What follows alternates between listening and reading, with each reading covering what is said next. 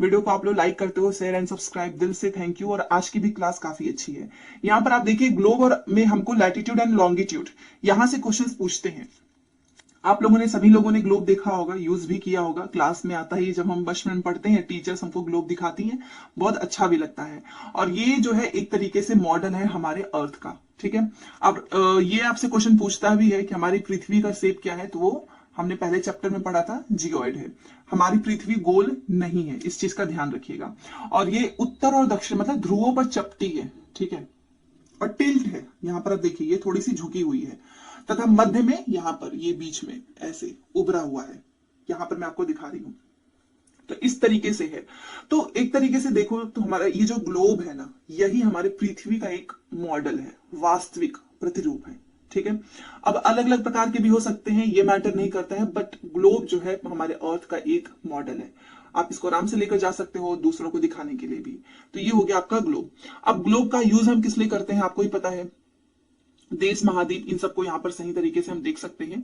यहाँ पर देखिए पृथ्वी के समान ये सारी चीजें आएंगी नहीं, मैं आपको थोड़ा सा ब्रीफ देती हूं ताकि आपको समझ में आ जाए। अब हमें ये देखना है कि ये देखिए जैसे कि ग्लोब जो है ये देखो अपनी अक्ष पे झुकी हुई है, ये देखिए, ठीक है, अपने अक्ष पे ये टिल्ट है, झुकी हुई है। और ग्लोब पर भी दो बिंदु जिनसे होकर जो है सुई गुजरती है, जिसे हम ये वाला ये सुई बोल रहा है, मतलब ये हमारा नॉर्थ पोल और ये हमारा साउथ पोल, ये तो सभी को पता है, नॉर्थ साउथ ये यहाँ पे बताया जा रहा है। और सुई के चारों ओर पृथ्वी की भांति ही पश्चिम से पूर्व की ओर घुमाया जाता है। पृथ्वी हमारा पश्चिम से पूर्व ही मूव करता है, याद रखिएगा, ये क्वेश्चन पूछा हुआ है, ठीक है। बस इन दोनों में एक ही अंतर है कि पृथ्वी पर वास्तव में ऐसी कोई सुई नहीं होती है, ये तो आपको दिखाने के लिए बताया गया है। और ये अपने अक्ष पे चारों ओर घूमती है, जो कि काल्पनिक रेखा है। बस इतना ध्यान रखो कि पृथ्वी जो है हमारी वो पश्चिम से पूर्व जो है मूव होती है, इस तरीके से। अब ये काल्पनिक रेखा भी ग्लोब को, आपको पता है कि हमारा जो मैंने आपको कई बार बताया है, जो बीच में एक रेखा है, काल्पनिक रेखा है, जो कि इसको दो हिस्सों में बांटती है।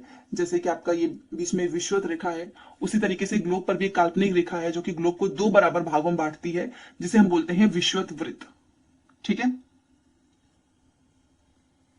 ये देखिए इस फोटो में आप देखिए, ये रहा ये विषुवत वृत्त, ये हमारा उत्तर ध्रुव है, ये हमारा दक्षिण ध्रुव है, इस तरीके से। पृथ्वी के उत्तर स्थित आधे भाग को देखो, अब ये बीच में इसने डिवाइड किया है, तो ये आधा भाग तो ऑब्वियस ही बात है उत्तरी जो है गोलार्ध होगा, और जो नीचे वाला है वो हमारा दक्षिणी गोलार्ध होगा, ये भी आपको पता है। और ये दोनों ही आधे भाग में मतलब बराबर है, इक्वली है। तो विषुवत वृत्त क्या करता है, ये विषुवत वृत्त एक काल्पनिक है, याद रखिएगा, ये डॉट ये काल्पनिक वृत्त बनाती है। और यह स्थिति बताने का सबसे एक तरीके देखा जाए तो ये पृथ्वी पर सभी जो स्थान है ना, उनका स्थिति बताने में सबसे इंपॉर्टेंट जो है इसकी भूमिका है। विषुवत वृत्त से ध्रुवों तक स्थित सभी समानांतर वृत्तों को हम कहते हैं अक्षांश। अक्षांश देखो लैटिट्यूड का मतलब होता है, जैसे कि यहां पर देखो ये जो ऐसे रेखाएं होती हैं जिसे हम लैटिट्यूड बोलते हैं, अक्षांश बोलते हैं, और लॉन्गिट्यूड आपके देशांतर होते हैं, इस तरीके का, ठीक है। इतना समझ में आ गया। तो अक्षांश रेखाएं समानांतर को, ये जो समानांतर रेखाएं हैं इसी को तो बोलते हैं हम लैटिट्यूड। और नोट्स की सबसे अच्छी चीज क्या है कि हमने बाइलिंगुअल रखा है, मतलब हिंदी इंग्लिश दोनों रखे हैं, तो इसमें आपको कोई दिक्कत ही नहीं होगी, ना तो इंग्लिश मीडियम को ना हिंदी मीडियम को। अब यहाँ पर देखो विषुवत वृत्त जो है वो शून्य अंश अक्षांश को दर्शाता है। ये जो विषुवत वृत्त है वो जीरो अक्षांश को दर्शाता है, जीरो अंश अक्षांश को दर्शाता है। चूंकि विषुवत वृत्त से दोनों तरफ ध्रुवों के बीच की दूरी पृथ्वी के चारों ओर के वृत्त की एक चौथाई है, तो इसका माप हो जाता है 360, यानी कि 90 1/4। अब जो 90 अंश है वो उत्तरी अक्षांश या फिर उत्तर को ध्रुव को दर्शाएगा, और बाकी के 90 आपके दक्षिणी ध्रुव को। ये तो ऑब्वियस सी बात है कि ऊपर वाला उत्तरी ध्रुव होगा, नीचे वाला दक्षिणी ध्रुव होगा। तो इसी प्रकार से जो विषुवत वृत्त है उसके के उत्तर की सभी समानांतर रेखाओं को हम कहते हैं उत्तरी अक्षांश। तो अगर आपसे पूछेगा कि जो उत्तरी अक्षांश है वो हम किसे कहते हैं, तो मान लो ये हमारा विषुवत वृत्त है और ये हमारा हो गया उत्तर, तो ये उत्तर की जितनी भी समानांतर रेखाएं होंगी वो हमारा होगा उत्तरी अक्षांश, और नीचे हमारा दक्षिणी, तो नीचे की जितनी भी अक्षांश रेखाएं कहलाएंगी वो होगी हमारी दक्षिणी अक्षांश। इतना समझ में आ गया। अब जिसने हिस्ट्री को अच्छे से पढ़ा होगा पहली क्लास से, उन्हें डिटेल में चीजें समझ में ही आएंगी, क्योंकि हम एक एक बारीकी से मतलब एनसीईआरटी का कोई लाइन मिस नहीं करते हैं, ठीक है। कहां से पूछेगा, यहीं से तो पूछेगा एग्जाम में। तो इस तरीके से, और इसलिए प्रत्येक अक्षांश के मान के साथ उसकी दिशा यानी उत्तर या दक्षिण को भी हम लिखते हैं। अब ऊपर वाला उत्तरी है, नीचे वाला आपका दक्षिणी है। तो ये हो गया आपका। उदाहरण के लिए जैसे कि महाराष्ट्र में चंद्रपुर, ब्राजील, दक्षिण अमेरिका में बेलो होरिजोंटो, दोनों एक ही 20 अंश पर स्थित है। ये आपसे पूछेगा नहीं, बट ये बता रहा है कि किस तरीके से ऊपर जो होगा तो हम इसको 20 डिग्री उत्तरी बोलेंगे, नीचे होगा तो 20 डिग्री दक्षिणी बोलेंगे। ठीक है। अच्छा, एक चीज याद रखिएगा, ये देखो ये आपका विषुवत वृत्त है। अच्छा ये बताओ, ये हम इस पे समानांतर रेखाएं खींच रहे हैं, ये देखो। तो ये रेखाएं जैसे जैसे ध्रुव की तरफ जाएगी, बढ़ रही है कि छोटी हो रही है, बताओ। घटेगी ना, ऑब्वियस सी बात है। तो ये भी क्वेश्चन पूछता है कि जब हम विषुवत वृत्त से दूर जाते हैं, ये हमारा विषुवत वृत्त है, जब हम इससे दूर जाएंगे तो जो अक्षांश है उसका आकार क्या होगा, बढ़ेगा कि घटेगा? अब भाई यहां से यहां तक जाने में घटेगा, ये देखो। ठीक है। तो ये हो गया हमारा अक्षांश। अब यहां पर हमको कुछ समानांतर रेखाएं जो इंपॉर्टेंट है वो देखनी है, जो कि 4 होती हैं। चलो देख लेते हैं वो भी। 4 हमारी महत्वपूर्ण अक्षांश समांतर रेखाएं। जैसे कि आपको ये नंबर याद रखने हैं क्योंकि ये पूछता है। अब ये उत्तरी गोलार्ध मैं बोलूंगी तो कोई भूलेगा तो नहीं, ये ऊपर वाला हमारा उत्तरी है, नीचे वाला दक्षिणी है। ठीक है। अब यहां पर आपको पता है कि यहां पे आपका कर्क रेखा होता है, उत्तरी में होता है, और नीचे आपका मकर रेखा होता है, दक्षिणी में होता है। ये कर्क रेखा आपका 23.5 डिग्री उत्तरी अक्षांश होता है क्योंकि उत्तर में है, और ये मकर रेखा आपका 23.5 डिग्री दक्षिणी अक्षांश है क्योंकि ये दक्षिण में है। आपसे पूछता है कि कर्क, ऐसे पूछेगा, ऑप्शंस लिखेगा और इसमें अक्षांश में लिख देगा कि इसमें से कौन सा नहीं है। अब मान लो लिख दिया कर्क रेखा और उत्तरी की जगह पे दक्षिण लिख दिया, तो वो तो गलत हो गया, इसलिए इसको याद रखना है। तो उत्तर में आपका जो है कर्क है, तो उत्तरी गोलार्ध में कर्क रेखा है 23.5 डिग्री उत्तरी अक्षांश, इस नंबर को याद रखना है। नहीं तो उत्तर की जगह पे दक्षिण लिख के आपसे कंफ्यूज करने के लिए पूछेगा। सेम उसी तरीके से हमारा ये देखो, दक्षिण गोलार्ध में हमारा मकर रेखा है कितना, 23.5 डिग्री, बट ये दक्षिणी होगा। ठीक है। ये दोनों पॉइंट याद रखना, कर्क रेखा उत्तर में है और मकर रेखा आपके दक्षिणी गोलार्ध में है। अब तीसरा पॉइंट देखो, ये देखिए, ये हमने विषुवत वृत्त बनाया था जो कि इसको 2 भागों में डिवाइड करता है। तो विषुवत वृत्त के 66.5 डिग्री उत्तर में आपका ये उत्तर ध्रुव वृत्त, ये। ठीक है। ये नंबर आपको याद रखना है। और सेम इसी तरीके से आपका दक्षिण में भी हो जाएगा। तो जब भी आपसे पूछेगा कि उत्तर ध्रुव वृत्त कितना होगा, तो वो हमारा होगा विषुवत वृत्त के 66 सही 1/2, और दक्षिण में ये होगा। तो ये 3 जो है आपको सारे नंबर याद रखने हैं क्योंकि ये कई बार पूछा है। 4 है हमारे 1 2 3 4, पहला, दूसरा, तीसरा, चौथा। तो ये हमने पढ़ लिया है 4 महत्वपूर्ण अक्षांश। ठीक है। अब चलो इस फोटो में आपको समझ में आ जाएगा क्योंकि हमने वहां पे देख लिया। तो ये देखो, ये हमारा 0 डिग्री हो गया। कर्क रेखा आपका उत्तर में है तो 23.5 डिग्री उत्तरी अक्षांश। मकर रेखा आपका दक्षिण में है तो 23.5 डिग्री दक्षिणी अक्षांश। उत्तर ध्रुव वृत्त कितना होगा आपका 66.5 डिग्री उत्तरी, याद रखिएगा। और दक्षिण ध्रुव वृत्त कितना होगा 66.5 डिग्री दक्षिणी। बस ये चारों आपको याद रखना है, फोटोज के थ्रू आप कभी भूलेंगे भी नहीं। तो ये हो गया हमारा। अब पृथ्वी के कुछ ताप कटिबंध देखते हैं। अच्छा, जो चीजें यहाँ पर, ये ज्योग्राफी है ना, यहाँ से 15 नंबर का क्वेश्चन पूछता है। देखो, ज्योग्राफी से 15 और हिस्ट्री से 15, तो आपको एनसीईआरटी को डिटेल मतलब घोल के पी जाओ एनसीईआरटी, तो आपके कहीं से भी नंबर कम नहीं होंगे। ठीक है। और अभी आपके पास 1 महीने का समय है, तो कोशिश करो कि जितना भी नोट्स है आपके पास रिवीजन करो, लिखने मत बैठ जाना नोट्स को क्योंकि टाइम वेस्ट होगा। इसीलिए मैंने आपके लिए इतनी मेहनत करके हिस्ट्री की नोट्स बनाई ताकि आपका समय बचे। ठीक है। तो ये पृथ्वी के ताप कटिबंध है। इसमें देखो, अब आपको समझ, अब मैं कभी भी बोलूंगी कर्क रेखा तो आपके दिमाग में आ जाएगा ना कि उत्तरी अक्षांश में है, मकर रेखा दक्षिणी अक्षांश में है। तो कर्क रेखा और मकर रेखा के बीच के जितने भी सभी अक्षांशों पर ये सूर्य जो है वो वर्ष में एक बार दोपहर में सिर के ठीक ऊपर होता है। इसीलिए इस क्षेत्र में सबसे अधिक, मतलब ये देखो यहाँ पे समझ में आएगा, ये आपका कर्क है और ये आपका यहाँ पे मकर है, और यहाँ पे जो सन है ना वो डायरेक्ट यहाँ पे पड़ता है, और इसीलिए हम इस एरिया को बोलते हैं टॉरिड जोन, मतलब उष्ण कटिबंध। क्योंकि सब, अब एक बात बताइए, अगर मैं आपके सर के ऊपर से सीधे जो है, फॉर एग्जाम्पल सर के ऊपर ही सीधे सन जो है एकदम से डायरेक्ट आपके सर के ऊपर ही उसकी जो है लाइट आएगी, तो आपको ज्यादा गर्मी लगेगी। बाकी कोई दूसरा इंसान है जिसके ऊपर तिरछी पड़ेगी तो वहां पे ज्यादा नहीं होगा ना। तो ये डायरेक्ट पड़ रहा है इस एरिया में, इसीलिए ये जो वाला एरिया है ना बहुत ज्यादा गर्मी होती है। ठीक है। और ये आपका सबसे अधिक उष्मा यहीं पे प्राप्त होती है। और ये जो ध्रुव है हमारे, यहाँ पर बहुत ज्यादा ठंड होता है। तो जैसे यहाँ पर देखो, यहाँ पे सूर्य की रेखा है, सूर्य की किरणें तिरछी पड़ती हैं, इसलिए यहाँ पे गर्मी उतनी नहीं होगी जितना यहाँ पर होगा, और इसी एरिया को हम बोलते हैं टॉरिड जोन। ठीक है। तो याद रखिएगा कर्क रेखा, क्योंकि यहाँ पे देखो कर्क रेखा है और ये मकर रेखा है, यही मैं आपको फोटोज के थ्रू समझा रही हूँ। तो इसके बीच के जितने भी अक्षांश है, यहाँ पर सूर्य डायरेक्ट पड़ेगा, एक बार दोपहर में सिर के ठीक ऊपर होता है, इसीलिए यहाँ पर सबसे अधिक गर्मी होगी, जिसे हम बोलते हैं उष्णकटिबंध या फिर टॉरिड जोन। ये प्रश्न पूछा है, उष्णकटिबंध किसे कहते हैं, ठीक है। कर्क रेखा तथा मकर रेखा के बाद किसी भी अक्षांश पर दोपहर का सूर्य कभी भी सिर के ऊपर नहीं होता। मैंने अभी आपको बताया कि यहाँ पर नहीं होता है, यहाँ पर जो है ध्रुवों पर ये सन जो है वो तिरछा पड़ता है। तो वही सेम चीज लिखी हुई है कि सिर के ऊपर नहीं होता है और ध्रुव की तरफ सूर्य की किरणें तिरछी हो जाती हैं।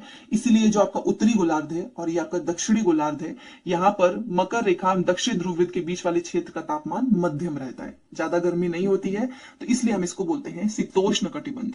तो ताप कटिबंध मैंने आपको बताया, एक ताप कटिबंध में एक आपको पढ़ना है उष्ण, जिसमें सबसे ज्यादा गर्मी होगी, सीधे पड़ेगी सूर्य की किरणें, और दूसरा है शीतोष्ण, जहां पर आपका तिरछा पड़ता है। उत्तरी गोलार्ध में कर्क रेखा और उत्तर ध्रुव वृत्त तथा दक्षिण गोलार्ध में मकर रेखा और दक्षिण ध्रुव वृत्त, इसके बीच वाला जो क्षेत्र है, मतलब ये वाला एरिया, ये तो आपका टॉरिड जोन हो गया।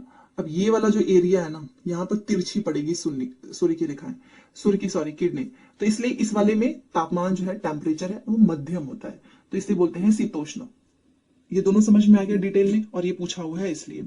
अब शीत गटिबंध किसे कहते हैं, ये देखो, उत्तरी गोलार्ध में ध्रुव वृत्त, ये ध्रुव वृत्त है, जिसे भूल गया हो, देखो ये वाला एरिया आपका हो गया टॉरिड जोन, उष्ण कटिबंध, देखो लिखा भी हुआ है उष्ण कटिबंध। यहाँ पर सन जो है डायरेक्ट पड़ रहा है, फिर उसके बाद से सन यहाँ पर तिरछा पड़ेगा, क्योंकि ये आपका हो जाता है कर्क रेखा, मतलब ये इसके बीच का हिस्सा है। और ये आपका जो वृत्त वाला एरिया है ना, ये यहाँ पर तो भाई बर्फ जमने वाली ठंडी पड़ती है, तो सबसे ज्यादा गर्मी कहां पर पड़ेगी, ये बीच में टॉरिड जोन, उष्ण कटिबंध। उसके से यहाँ का जो शीतोष्ण कटिबंध है, यहाँ का टेम्परेचर मध्यम होगा, क्यों, क्योंकि यहाँ पर तिरछी पड़ेगी, और यहाँ तो 6 महीने में एक बार पड़ेगा, यहाँ पे तो बर्फ ही बर्फ होगा, जो कि अब आपका उत्तर ध्रुव वृत्त और दक्षिण ध्रुव वृत्त। तो ये तीनों चीजें आपको समझ में आ गई। यही इसी फोटो से आप समझ लो, आपके 3 जो है ताप कटिबंध है, एक आपका उष्ण कटिबंध, शीतोष्ण कटिबंध, और यहां पर आपका हो जाएगा उत्तरी शीतोष्ण। अभी इसको हम देखते हैं पहले। तो तीसरा पॉइंट आपका है कि जो उत्तरी गोलार्ध में उत्तर ध्रुव वृत्त है, ये वाला एरिया उत्तर, और जो आपका दक्षिणी गोलार्ध ये रहा, इसमें आपका जो दक्षिण ध्रुव वृत्त है एवं इसके बीच का, मतलब ये वाला जो हिस्सा है, ये वाला, इसके बीच में बहुत ज्यादा ठंड होती है, क्योंकि यहाँ पर जो है सूर्य क्षितिज से ज्यादा ऊपर आ ही नहीं पाता है, इसीलिए हम इसको कहते हैं शीत कटिबंध। तो बीच यहाँ पर तो टेम्परेचर थोड़ा सा मीडियम था कि ठीक है, बट यहाँ पर बहुत ही ज्यादा ठंडा होगा, तो इसे हम बोलेंगे शीत कटिबंध, ठीक है। और शीतोष्ण में टेम्परेचर मध्यम होगा, यहाँ पर बिल्कुल भी सूर्य की किरणें ज्यादा ऊपर आ ही नहीं पाती हैं। ये दोनों पॉइंट्स आपको समझ में आ गए होंगे। अब नेक्स्ट है देशांतर। अब देखो लैटिट्यूड हो गया, अब हमारा लॉन्गिट्यूड, ये आप देख सकते हो, ये है आपकी लॉन्गिट्यूड, जिसे हम बोलते हैं देशांतर, ये है आपका देशांतर, ठीक है। अब इसको देखते हैं, क्योंकि यहां से पूछता है कि इसका क्या यूज है, हम किस लिए यूज करते हैं। तो किसी भी स्थान की स्थिति को बताना है, उसके लिए अक्षांश के अतिरिक्त कुछ और जानकारियों की आवश्यकता होगी, ठीक है। मान लो कोई स्थान है, कोई भी प्लेस, अब उसकी स्थिति बतानी है, तो क्या बस हमको अक्षांश की जरूरत होगी, अक्षांश मतलब लैटिट्यूड, और भी तो चीजें चाहिए होंगी, जैसे कि आपका ये देशांतर, तो इसलिए इसकी इंपॉर्टेंस है, इसकी आवश्यकता होगी। और प्रशांत महासागर में स्थित टोंगा द्वीप और हिंद महासागर में स्थित मॉरिशस द्वीप एक ही जो है अक्षांश में है, और उनकी सही स्थिति जानने के लिए यह पता करना होगा कि उत्तर ध्रुव को दक्षिण ध्रुव से जोड़ने वाली जो, मतलब ये उत्तर है ये दक्षिण है, इसको जो जोड़ने वाली जो संदर्भ रेखा है वो पूर्व या पश्चिम की ओर इन स्थानों की दूरी कितनी है, और इसी की जरूरत होती है, इसी के लिए जरूरत होती है देशांतर की। देखो आपको स्थान की प्लेस की स्थिति जाननी है, ठीक है भैया, अक्षांश का यूज कर लेंगे। बट अगर आपको यह जानना है कि ये पूर्व के साइड में है कि पश्चिम के साइड में है, तो इसलिए आपको देशांतर की जरूरत पड़ेगी कि उत्तर ध्रुव और दक्षिण ध्रुव, इसको जोड़ने वाली ही रेखा से आप जान पाएंगे कि ये किस साइड में है, पूर्व साइड में है कि पश्चिम साइड में है, ठीक है। तो इन संदर्भ रेखाओं को आप कहोगे देशांतरीय यामोत्तर, ओके। तथा उनके बीच की दूरी को हम कहेंगे देशांतर के अंशों से माप सकते हैं। प्रत्येक अंश को मिनट में तथा मिनट को सेकंड में विभाजित किया जाता है। क्वेश्चन बार बार पूछता है कि हम देशांतर का यूज या फिर अक्षांश का यूज किस लिए करते हैं, तो ध्यान रखिएगा किसी भी स्थान की स्थिति को बताने के लिए हमको अक्षांश और देशांतर दोनों की जरूरत होगी। तो जो हमने अभी आपको बताया कि वो किस साइड में है, पूर्व या पश्चिम में, तो ये जो स्थान की जो दूरी है उसी को हम कहते हैं देशांतरी यामोत्तर। अब यहां पर देखो, ये उनके बीच की दूरी को हमने कह दिया देशांतर के अंशों में माप सकते हैं और इसको मिनट में तथा मिनट को सेकंड में आप विभाजित कर सकते हो। ये अर्धवृत्त है तथा उनके बीच की दूरी ध्रुवों की तरफ बढ़ने पे घटती है। मतलब यहां पर ये देखो, जैसे जैसे आप पोल्स की साइड में जाओगे तो ये दूरी घट नहीं रही है, देखिए। तो पोल्स की साइड में जाने पे ये दूरी जो है वो घटती है और ध्रुवों पर तो एकदम शून्य ही हो जाती है, पहुंचते ही एकदम पॉइंट हो जाता है ऐसे। तो जहां पर ये सभी मिल रही है इसको हम बोलते हैं देशांतरी यामोत्तर। ठीक है, अब अगला देखते हैं। अक्षांश आपने देख लिया कि समानांतर रेखाओं से भिन्न जो है देशांतर, इनकी लंबाई समान होती है, इसलिए इनको सिर्फ जो है मुक्त, यहाँ पर आपको दिख नहीं रहा होगा बट यहाँ पे कुछ ऐसा इंपॉर्टेंट नहीं है, बस इतना ही मैं आपको बता देती हूँ कि से भिन्न सभी देशांतर की जो लंबाई होती है समान होती है। और बेसिकली हम इसका यूज इसलिए करते हैं कि किसी का भी हम लोकेशन स्थिति जो है वो जान सकें, और जो भी गुजरने वाली रेखाएं होती हैं वो पश्चिम की ओर गिनती शुरू की जाए तो इस यामोत्तर को प्रमुख यामोत्तर कहते हैं। इसका मान 0 डिग्री देशांतर है तथा यहां से हम 180 डिग्री पूर्व या फिर 180 डिग्री पश्चिम तक का गणना कर सकते हैं। प्रमुख यामोत्तर तथा 180 डिग्री यामोत्तर मिलकर पृथ्वी को दो समान भागों पूर्वी गोलार्ध और पश्चिमी गोलार्ध में विभक्त करती है। इस चीज को ध्यान रखिएगा क्योंकि इसमें ऐसा नहीं है कि उत्तर दक्षिण होगा, नहीं, ये इसको पूर्व एंड पश्चिम, ये देखिए ये वाली आपकी होगी प्रमुख यामोत्तर और ये देखिए ये पूरब और ये आपका पश्चिम। तो देशांतर में इस चीज का ध्यान रखना कि ये जो प्रमुख यामोत्तर है ना ये वाला है, ये जो प्रमुख यामोत्तर है ये क्या करेगा, 180 डिग्री यामोत्तर मिलकर इसको ना दो भागों में बांट दिए पृथ्वी को, एक आपका हो गया पूर्वी गोलार्ध और एक आपका हो गया पश्चिमी गोलार्ध। इसीलिए भी किसी भी स्थान के देशांतर के आगे पूर्व के लिए हम अक्षर पूर्व लगा देते हैं और पश्चिम के लिए पश्चिम। मान लो कोई भी स्थान है उसका देशांतर फाइंड करना है तो वो किस साइड में होगा, पूर्व में है कि पश्चिम में है, बस इसी चीज के लिए हम इसका यूज करते हैं। और यह जानना रोचक होगा कि 180 डिग्री पूर्व और 180 डिग्री पश्चिम यामोत्तर एक ही रेखा पर स्थित है, तो ये भी ध्यान रखिएगा, ये दोनों एक ही रेखा पर है। ठीक है, अब ग्लोब पर अक्षांश रेखाओं और देशांतरी यामोत्तरों के द्वारा जो बनी ग्रिड है उसको देखेंगे। और अगर आपको किसी भी स्थान के अक्षांश या फिर देशांतर की सही जानकारी हो तो ग्लोब पर भी आप उसका पता लगा सकते हो। तो वही यहाँ पर एग्जांपल दिया है कि अगर आपको एकदम एग्जैक्ट फाइंड करना है तो आप ग्लोब पे भी आराम से अक्षांश और देशांतर की अगर नॉलेज है तो फाइंड कर सकते हैं। जो कि ये पूछेगा नहीं, मेन जो पूछेगा वो ये वाली लाइन थी जो कि मैंने आपको बता दिया, ये प्रमुख यामोत्तर इसको दो भागों में बांटेगा पूर्व पश्चिम और ये एक ही रेखा पर स्थित है। ठीक है, चलो अब यहां से जितने क्वेश्चंस पूछने वाले थे वो मैंने आपको बता दिया। अब अगले पे चलते हैं, देशांतर और समय। अब देखो समय को मापने का सबसे अच्छा साधन है पृथ्वी, चंद्रमा और ग्रह की गति। सूर्योदय और सूर्यास्त डेली होता है, ऑब्वियस बात है डेली होगा। तो हम पूरे विश्व में समय निर्धारण, ये सबसे अच्छा टूल है इसका। स्थानीय समय का अनुमान सूर्य के द्वारा बनने वाली परछाई से लगाते हैं और दोपहर में सबसे छोटी सूर्योदय तथा सूर्यास्त के समय सबसे लंबी होती है। ठीक है, सुबह के समय वैसे भी सबसे छोटा सूर्योदय और सूर्यास्त के समय सबसे लंबा होगा। ग्रीनविच पर स्थित प्रमुख यामोत्तर पर सूर्य जिस समय आकाश के सबसे ऊंचे बिंदु पर होगा उस समय यामोत्तर पर स्थित सभी स्थानों पर दोपहर होगी। यहां पर देखिए ये वाला लाइन हमेशा याद रखना, बहुत बार पूछता है कि पृथ्वी किस तरफ चक्कर लगाती है, तो पश्चिम से पूर्व, पूरब से पश्चिम नहीं, ध्यान रखिएगा।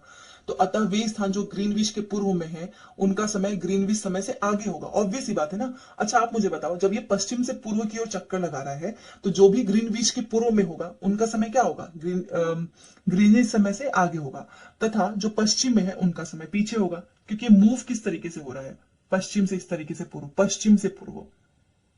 समय के अंतर दर की गणना आप अलग अलग तरीके से कर सकते हो, जैसे कि 24 घंटे होते हैं तो पृथ्वी लगभग 24 घंटे में अपने अक्ष पर 360 घूम जाती है, तो एक घंटे में 15 डिग्री एवं 4 मिनट।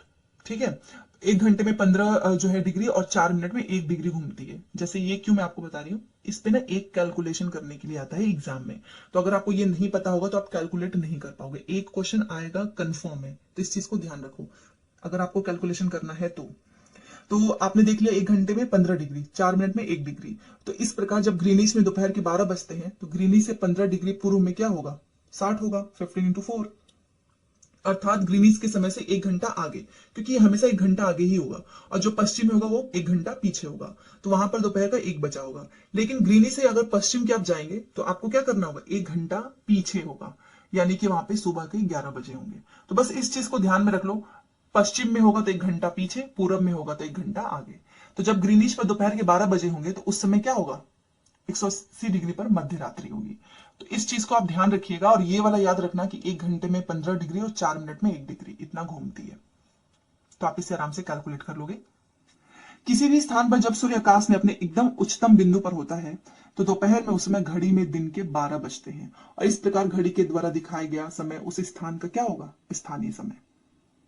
ठीक है, तो देशांतरी याम उत्तर पर सभी स्थानों का स्थानीय समय समान है। तो ये हमने यहाँ पर कैलकुलेशन करने के लिए भी देख लिया, जो कि एक क्वेश्चन पूछेगा। अभी तक हमने ताप कटिबंध पढ़ लिए हैं, हमने ग्लोब की सारी डिटेल्स, कर्क रेखा, मकर रेखा, सब कुछ अच्छे से पढ़ लिया है। अब हम मानक समय क्यों मानते हैं इस चीज को देखते हैं। आप ये देखिए, ये आपका मानक याम उत्तर है 82.5 डिग्री पूर्व। इस चीज को देखेंगे, अलग अलग यामोत्तर पर स्थित स्थानों का जो स्थानीय समय होता है, आपने देखा होगा अंतर होता है, डिफरेंस होता है। और जैसे कि इसके एग्जाम्पल हैं कि बहुत से देशांतरों से होकर गुजरने वाली जो रेलगाड़ी है उनके लिए समय सारणी भी तैयार करना बहुत कठिन होगा। भारत में गुजरात के द्वारका तथा असम के डिब्रूगढ़ के स्थानीय समय में लगभग 1 घंटा 45 मिनट का अंतर होगा। और ये अंतर क्यों है, क्योंकि अलग अलग यामोत्तर पे है ना ये स्थित, एक ही पे तो है नहीं, अलग अलग याम उत्तर पे है, इसलिए इनके स्थानीय समय में गुजरात और असम में ही देख लो 1 घंटे 45 मिनट का डिफरेंस है। तो इसलिए आवश्यक है कि देश के मध्य भाग से होकर गुजरने वाली किसी याम उत्तर के स्थानीय समय को देश का मानक समय माना जाए। ठीक है, तो जो भी मध्य भाग से होकर गुजरने वाली जो यामोत्तर होगी, हम उसका जो स्थानीय समय होगा हम उसको देश का मानक समय मानेंगे। इस यामोत्तर रेखा के स्थानीय समय को पूरे देश का मानक समय माना जाता है। ठीक है, जैसे कि आपको इसलिए ये मानक यामोत्तर है, ये आपको इसलिए मैं बता रही हूं कि ये जो आपका मानक यामोत्तर है 82.5 डिग्री ईस्ट मतलब पूरब में है। तो इस यामोत्तर रेखा का जो स्थानीय समय है हम उसको क्या मान लेंगे, मानक समय। तो भारत में 82.5 डिग्री पूर्व को हम मानक यामोत्तर मानते हैं, और इस यामोत्तर के स्थानीय समय को हम पूरे देश का मानक समय मान लेते हैं। तो इसे ही हम कहते हैं भारतीय मानक समय। तो याद रखिएगा, मानक हमारा क्या है, वो है 82.5 डिग्री पूर्व। उसके बाद से देखो, भोपाल के निकट भी एक छोटा सा नगर है, तो यहां पर बताया जा रहा है कि इस समय कितना डिफरेंस होता है, अलग अलग समय होता है। ये तो आप चलो देख ही लिए, ज्यादा डिटेल में नहीं पूछेगा, ऊपर वाला बस आपको ध्यान रखना है। भारत जो है वो ग्रीनिश के पूर्व 82.5 डिग्री पूर्व में स्थित है, और ये मोस्ट इंपॉर्टेंट है क्योंकि यहां से एक कैलकुलेशन, मतलब ऊपर वाला भी और साथ में ये दोनों मिलाकर ही होता है। वो तो चलो आपको, खैर ये वाला आपको इसलिए जानना था ताकि आप कैलकुलेट कर पाओ कि 1 घंटे में कितना होता है, 15 और 4 मिनट में 1 डिग्री। बट ये तो मेन है, यहां से ये देखिए, भारत जो है वो ग्रीनिश के पूर्व 82.5 डिग्री पूर्व में स्थित है। ठीक है, तथा यहाँ का समय ग्रीनिश समय से ये देखो 5.5 घंटा मतलब 5 घंटा 30 मिनट आगे है। इसीलिए जब लंदन में दोपहर के 12 बजते हैं तो भारत में शाम के कितने बज जाते हैं, 7:30। कुछ देशांतर का देशांतरी विस्तार अधिक होता है, जिसके कारण वहां एक से अधिक मानक समय भी अपनाए गए हैं। बहुत सारे हैं जहां पर देशांतर विस्तार बहुत ज्यादा है, तो वहां पर वो मानक समय, जैसे हमारा तो चलो एक ही है ना, 82.5 डिग्री पूर्व में है। तो ये आपको ध्यान रखना है, क्योंकि यही एक ऐसा है जो कि ये जो यामोत्तर रेखा जो आपको दिख रहा है ना, ये डॉट डॉट, ये क्या है, स्थानीय समय को, इसी को हमने पूरे देश का एक मानक समय मान लिया है। फिर यहां से हम अपना कैलकुलेट कर लेते हैं। ठीक है, बट यहां पर देखो, अब मान लो कहीं पे ज्यादा है, जिसका देशांतर विस्तार अधिक है, तो उनके अधिक मानक समय होंगे। उदाहरण के लिए आप देखिए, रूस में 11 मानक समय को अपनाया गया है। पृथ्वी को एक एक घंटे वाले 24 समय क्षेत्रों में बांटा गया है। तो इस प्रकार प्रत्येक समय क्षेत्र इनका 15 डिग्री देशांतर तक के क्षेत्र को घेर लेता है। ठीक है, तो आज की क्लास जो है वो बहुत ज्यादा इंपॉर्टेंट है। सबसे पहले जो मैं एक चीज बोल रही हूँ कि अगर आपके पास समय हो तो नोट्स बनाते चलना। वैसे मैं प्रॉमिस तो नहीं कर सकती हूँ क्योंकि मुझे और भी बहुत सारे काम होते हैं, खुद का भी देखना है भाई। तो मैं ज्योग्राफी का मैंने नोट्स तो बनाना स्टार्ट कर दिया है 2 चैप्टर तक का। अगर बन गया और अच्छे से बन गया तो मैं आपको दे दूंगी। अदरवाइज अभी मैं रिक्वेस्ट करूंगी कि हिस्ट्री का जो नोट्स है मैंने खुद अपने हाथों से तैयार किया है, आप उसे जरूर ले लो। 200 पेजेस में है विद इमेजेस। तो यहाँ से एटलीस्ट आपको नोट्स नहीं बनाने होंगे, 15 क्वेश्चन एग्जाम के समय आप रिविजन कर पाओगे। ठीक है, और इंडियन नेशनल मूवमेंट बहुत डिटेल में मैंने चैप्टर वाइज पूरा 6, 7, 8 सब कुछ मेंशन किया हुआ है। ज्योग्राफी का भी कोशिश कर रही हूँ कि हो जाए, और अगर हो जाएगा तो आपको ज्योग्राफी का भी नोट्स मिल जाएगा ताकि रिवीजन करने में आसानी हो। और इस बार मैंने सोचा है कि हिंदी इंग्लिश दोनों अलग अलग रखूंगी। हिंदी मीडियम वाले हिंदी ले लेंगे, इंग्लिश मीडियम वाले इंग्लिश। ठीक है, क्योंकि ये हिस्ट्री बाइलिंगुअल है, तो कुछ लोग बोलते हैं कि मैम मुझे हिंदी चाहिए, मैम मुझे इंग्लिश चाहिए, मैं कहां से अलग करूं बताओ। तो चलो, ये थी हमारी क्लास, और फाइनली आज की क्लास अब आपको डेली मिलेंगी क्योंकि समय बहुत कम है, ज्यादा समय नहीं है हमारे पास, जुलाई में ही आपका पेपर है। चलो बताओ क्वेश्चन आंसर। पृथ्वी का सही आकार क्या है? पृथ्वी गोल नहीं है, ध्यान रखिएगा। भूआव जिसे हम हिंदी में बोलते हैं जियोइड, ठीक है। ग्लोब क्या है? ये पृथ्वी का ही तो मॉडल है, अभी हमने देखा।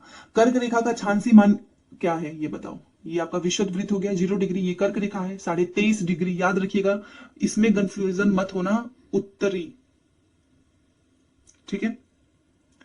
और मकर रेखा का 23.5 डिग्री दक्षिणी। पृथ्वी के 3 ताप कटिबंध अभी हमने पढ़ा, उष्ण, शीतोष्ण और शीत कटिबंध, ठीक है। अक्षांश और देशांतर रेखाएं क्या है? हम स्थिति का पता लगाते हैं, ये भी डिटेल में पढ़ा है हमने। उष्मा की सबसे अधिक मात्रा उष्ण कटिबंध क्यों प्राप्त होती है? मतलब सबसे ज्यादा गर्मी यहीं पर क्यों होता है बताओ? क्योंकि सूर्य की सीधी जो किरणें इस पे पड़ती है, ठीक है, इस वजह से। और देखिए ये क्वेश्चन आपसे पूछेगा, इसलिए मैं पहले ही बता रही हूं, एक क्वेश्चन ये पूछेगा कि भारत में शाम के 5:30 बजते हैं तो लंदन में दोपहर के 12 क्यों बजते हैं? बताओ। ये अभी क्वेश्चन तो किया है हमने, इसमें तो आपको ज्यादा भूलना भी नहीं चाहिए, क्योंकि भारत जो है वो ग्रीनिश के कितने हैं? 82.5 डिग्री पूरब में स्थित है। बस इस चीज ये तो रट लो, ये हमारा मानक समय है। ओके, तो बस आज की सारी क्लास हो गई। और यहां पर देख लो, प्रमुख यामोत्तर का मान कितना है बताओ, कितना है जरूर बताना, या फोटो भी देख सकते हो। प्रमुख यामोत्तर ये रहा, हर चीज आपके नोट्स में ही, ये देखिए यहां पर आपको कुछ दिख रहा है बताओ, प्रमुख यामोत्तर। चलो हो गया फाइनली सारे। 0 डिग्री। शीत कटिबंध किसके नजदीक पाया जाता है? वृत्त में, याद रखिएगा। वो शीत कटिबंध जो है वो आपके जो सॉरी ध्रुवों पे है, ठीक है। मैंने आपको बताया था ना, ये पोल्स पे है, इस चीज को ध्यान रखना। देशांतरों की कुल संख्या कितनी है ये आप बता दीजिएगा, अभी हमने पढ़ा है। दक्षिणी ध्रुव वृत्त स्थित है, दक्षिण वाला दक्षिण में ही होगा, आपको पता ही है। उत्तरी में नहीं होगा, ना ही पूर्वी में, दक्षिणी गोलार्ध में होगा। इसकी संख्या कितनी है? देशांतरों की कुल संख्या बताइएगा जरूर। और ग्रेड किसका जाल है ये भी बताना। क्या ये समानांतर देशांतर का है, कर्क मकर रेखा का है, या फिर उत्तर और दक्षिण ध्रुव का है? तो ये आपको क्वेश्चंस के आंसर सॉल्व करने हैं। मकर रेखा किस पर स्थित है? अभी हमने देखा 23.5 डिग्री दक्षिणी अक्षांश पे है। भारत का मानक यामोत्तर 82 डिग्री पूरब है। 0 डिग्री यामोत्तर को हम अभी प्रमुख या उसके नाम से जानते हैं। देशांतरों के बीच की दूरी किस तरफ घटती है ये आपको बताना है। और उत्तर ध्रुव वृत्त उत्तरी गोलार्ध में है, ठीक है। तो जो क्वेश्चंस पूछती हूँ वो जरूर बताओ, क्योंकि बताने से ही आपको चीजें याद रहेंगी। तो चलिए मिलते हैं नेक्स्ट क्लास में। और सैंपल मैंने स्टार्टिंग में ही लगाया है, चाहिए होगा तो 18 से पहले मैसेज कर देना, मिल जाएगा। Thanks for watching.